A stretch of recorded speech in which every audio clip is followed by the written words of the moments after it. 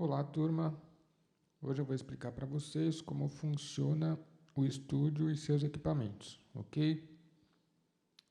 Muito bem, vamos começar pelos cabos. O cabo mais usado em estúdio é o cabo P10. Ele pode ser um cabo estéreo ou mono, tá?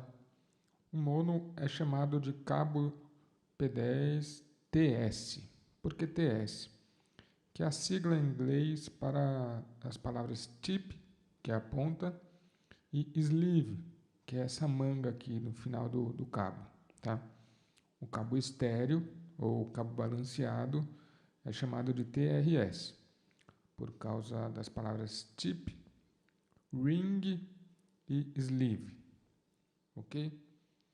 Outro cabo bastante usado no estúdio é esse cabo aqui, que é chamado XLR. Nós temos o XLR macho e o fêmea. Para saber qual que você vai utilizar, obviamente você verifica a entrada. Se a entrada for fêmea, você tem que utilizar o XLR macho e vice-versa. Tá? Se a entrada for macho, você tem que usar o fêmea, para poder encaixar bem aí esse cabo de 3 pinos. Né? Bom, qual a diferença entre esses dois? Uma diferença básica, né? O XLR ele é bem estável, né? A entrada dele, ele tem menos problema de mau contato, essas coisas. E ele passa Phantom Power, que é uma energia muito importante para os microfones condensadores funcionar.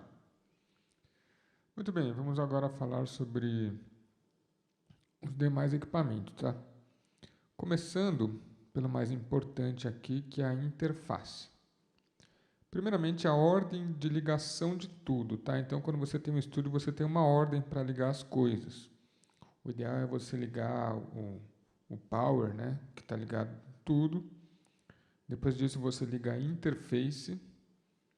Depois, você liga o seu computador. E depois, as caixas de som, os monitores de áudio, né? Se você quiser, na hora de desligar, você tem que fazer o contrário. Então, você primeiro desliga os monitores, depois você desliga o computador, depois a interface, depois o power. Ok? Então, vamos começar aqui falando sobre a interface. Existem vários tipos de conexão entre as interfaces, né? Que as interfaces podem possuir. Chama-se interface ou interface, tá? Dá para compreender, muito embora o correto seja interface, que é a palavra em inglês. Muito bem, a interface pode ter vários tipos de conexão. Pode ser USB, pode ser FireWire, pode ser Thunderbolt, etc. Então você tem que verificar qual é as entradas que você tem para poder comprar a interface correta. Muito bem, então a interface, o que ela é? Para que ela serve? Ela serve para fazer a tradução de uma onda, né, elétrica em bits, né, ou seja, no digital. Então ela faz essa transformação, né, da energia elétrica que é captada pelo seu microfone para dados digitais. Como funciona isso? O microfone é um transdutor. Então o microfone vai pegar uma onda, né, de deslocamento do ar, né, uma onda acústica, de som acústico, e transduzir em ondas eletromagnéticas. A interface vai fazer outro passo, vai pegar as ondas eletromagnéticas que foram gravadas pelo microfone e transformá-las em dados digitais para você poder digitalizar esse som e trabalhar com ele dentro do computador. Beleza? Muito bem. O que a interface possui? Basicamente, ela possui entradas e saídas. Tá? Então, as entradas podem ser P10, XLR ou pode ser essa entrada combo. Entrada combo é uma entrada que funciona tanto com P10 quanto com cabo XLR. Ok?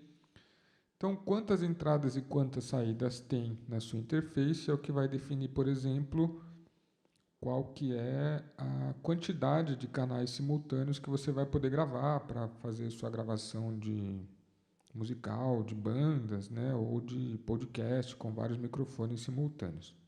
Ok? Muito Muito bem.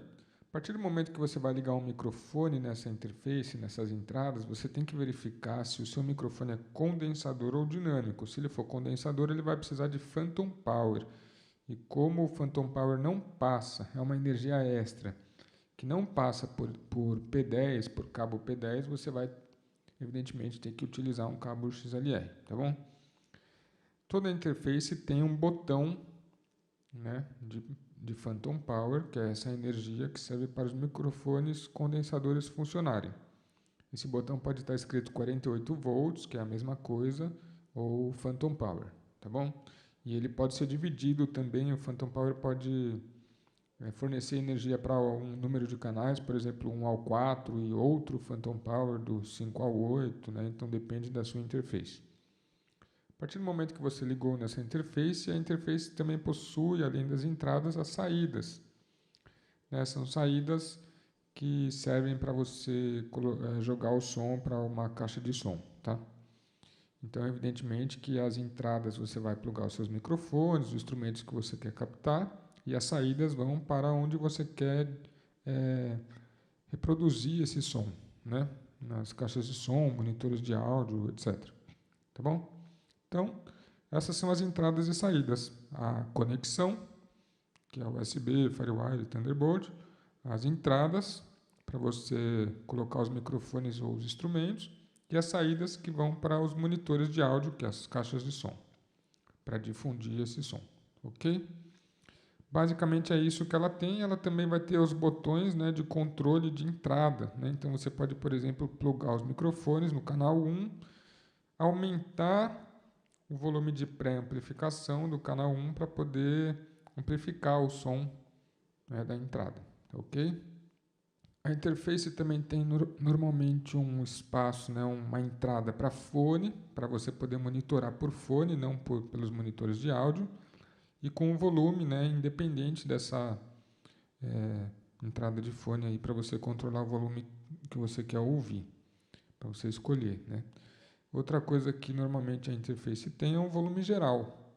Então, se você abaixar esse volume geral, as coisas vão continuar acontecendo, né? Ela vai continuar fazendo a transdução, mas você não vai estar ouvindo, né, na sua monitoração. Então, esse botão de volume geral é apenas para que você ouça nos monitores, tá? O volume que escolha o volume que você quer ouvir nesses monitores, né, que as saídas da interface vão direcionar. É isso. Muito obrigado.